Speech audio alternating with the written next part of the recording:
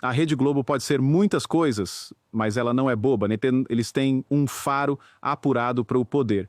E o que o faro deles está dizendo agora, mutou que o governo Lula já era, a notícia de uma mudança na linha editorial da emissora, para mim, é a confissão de que eles já leram o cenário, já viram as pesquisas de pessimismo, já sentiram o cheiro de queimado da economia e decidiram que não vale mais a pena amarrar o seu destino ao de um governo fracassado. A reviravolta começou. Vamos direto ao ponto, porque o que está acontecendo nos bastidores da grande mídia é, na minha opinião, um dos sinais mais claros de que o governo Lula está perdendo a sua principal base de sustentação. E quando eu falo em base de sustentação, não estou falando do povo, que, como as pesquisas mostram, já abandonou o barco há muito tempo.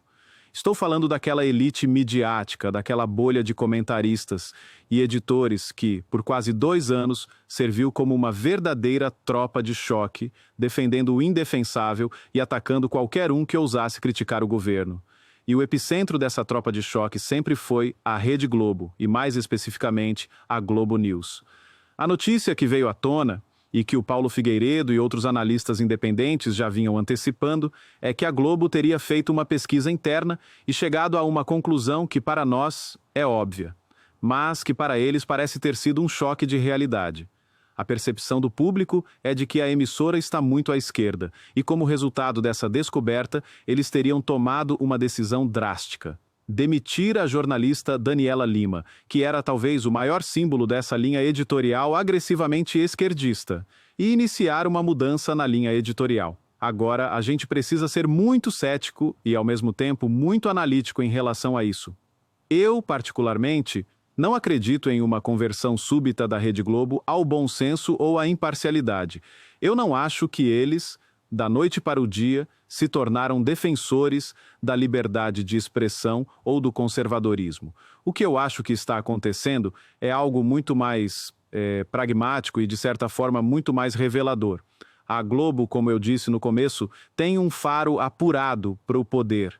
E eles estão sentindo o cheiro de carniça. Eles estão vendo que o governo Lula está sangrando, que a popularidade do presidente ele está despencando e que a economia do país está indo para o buraco.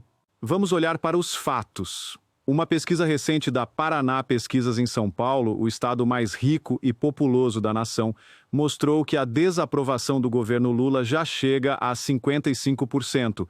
É um número altíssimo que mostra que a lua de mel, se é que um dia existiu, acabou faz tempo. Outra pesquisa do Datafolha aponta que o pessimismo com a economia está crescendo de forma assustadora. 45% dos brasileiros acham que a situação vai piorar. Se a gente somar isso com quem acha que vai ficar igual, a gente chega a quase 70% da população sem nenhuma esperança de melhora. Isso é um desastre para qualquer governo, e a realidade econômica confirma essa percepção. A gente vê um rombo fiscal recorde com o governo gastando muito mais do que arrecada, mesmo com uma arrecadação também recorde. São 240 bilhões de reais de déficit primário. É um número que assusta qualquer investidor, qualquer pessoa que entende o mínimo de economia.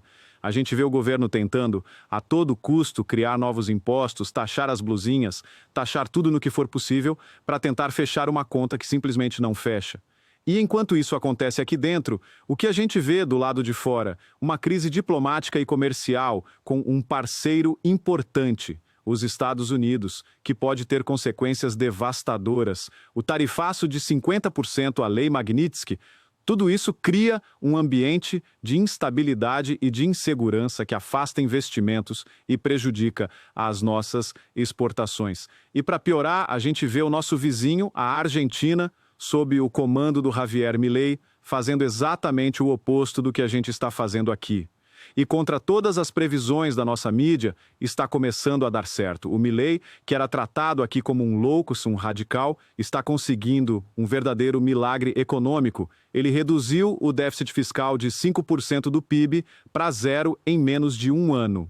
Ele equilibrou o orçamento, controlou a inflação, e a Argentina, que estava na lona, começa a dar sinais de recuperação. E essa comparação, para o governo Lula e para a mídia que o apoia, é simplesmente insuportável, porque ela prova, na prática, que o caminho que eles escolheram para o Brasil é o caminho do fracasso e que existe, sim, uma alternativa que funciona. Diante de todo esse cenário, a impopularidade crescente, o desastre econômico, a crise internacional e o sucesso do vizinho, o que a Rede Globo faz? Ela começa a pular fora do barco.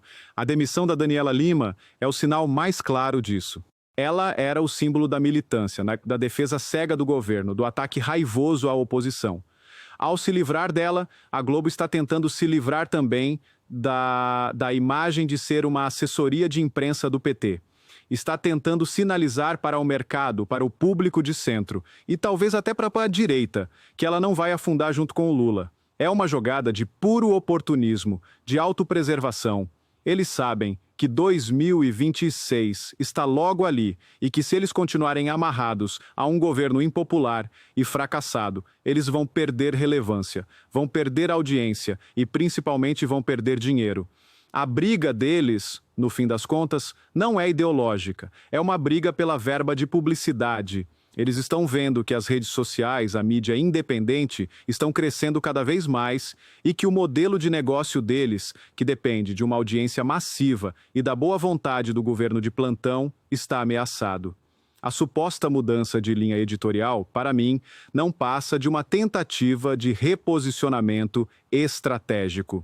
Eles vão, talvez, se tornar um pouco mais críticos ao governo, vão dar um pouco mais de espaço para a oposição, como já fizeram ao repercutir falas do Flávio Bolsonaro. Mas não se enganem, eles não viraram nossos amigos. Eles estão apenas se ajustando aos novos ventos, tentando encontrar uma posição onde possam continuar a ser relevantes, não importa quem ganha a próxima eleição. A gente precisa ter a inteligência de não cair nessa armadilha. A gente não pode, de forma alguma, começar a acreditar que a Globo agora virou a casaca e está do nosso lado. O que a gente precisa fazer é usar essa mudança, essa fragilidade deles, a nosso favor. A gente precisa continuar a expor a hipocrisia deles. Como o Glenn Greenwald, que é um jornalista de esquerda, muito bem apontou, é impressionante a hipocrisia da esquerda e da mídia que a apoia. Eles passam anos pedindo a censura da direita, aplaudindo as decisões do STF, mas quando a censura atinge um dos seus, de repente eles se tornam grandes defensores da liberdade de expressão. A gente precisa continuar a mostrar essas contradições. E a gente precisa, principalmente, continuar a construir as nossas próprias plataformas, a nossa própria mídia, para que a gente nunca mais dependa da boa vontade ou do oportunismo da Rede Globo para que a nossa voz seja ouvida. A reviravolta deles é, sim, um sinal da fraqueza do governo Lula. E isso é uma ótima notícia, mas também é um lembrete de que a gente não pode confiar em quem, por tantas vezes, já nos traiu. A nossa vitória não virá de uma concessão da grande mídia. Virá da nossa própria força, da nossa própria capacidade de comunicar a verdade. Essa história da reviravolta da Globo é um capítulo fascinante da nossa política e mostra que o poder não é eterno para ninguém. E agora eu quero saber a sua opinião. Você também acha que a Globo está pulando fora do barco do Lula por puro oportunismo? Você acredita que essa mudança na linha editorial é para valer ou é só um jogo de cena? Deixe seu comentário aqui embaixo, vamos conversar sobre isso. Se essa análise te ajudou a enxergar a estratégia por trás das manchetes, deixa o seu like e compartilha este vídeo. O Brasil inteiro precisa entender como a grande mídia joga. E se você ainda não faz parte do Orgulho Soberano, agora é a hora. Inscreva-se no canal e ative o sininho porque aqui a gente vai continuar de olho não só no governo, mas em quem finge que o fiscaliza. Um grande abraço.